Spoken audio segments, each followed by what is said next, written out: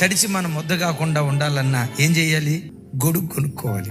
ఆ గొడుగును మడతట్టేసి సంకన పెట్టుకుంటావా, నెత్తి మీద పెట్టుకుంటావా? భర్త ఎప్పుడు నెత్తి మీదే ఉండాలి. అట్లాగని నెత్తి మీదకి తబలా కొట్టేవాడిగా ఉండాలని కాదు నేను అనేది. భర్త ఎప్పుడు శిరస్సుగా ఉండాలి. ఆ గొడుగులాగా భర్త ఉంటే వర్షానికి తడవకుండా కాపుదల, ఆ సూర్య వేడి మనకు తాకకుండా కాపుదల, ఇంటికి భద్రంగా రావటానికి అవకాశం ఉంటుంది.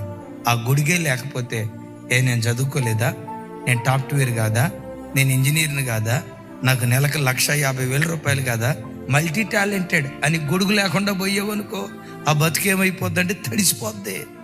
ఇంకొక మాట కూడా ఉంది, ఆ భార్య గొడుగును జాగ్రత్తగా పట్టుకోవాలా. అది చెక్కతో చేసిందైనా ప్లాస్టిక్తో ఉన్నదైనా గొడుగును జాగ్రత్తగా పట్టుకోవాలి. ఆ గొడుగే ఒక వ్యక్తికి ఎట్లా కాపుదలిస్తుందో భర్త భార్యకి అంత కాపు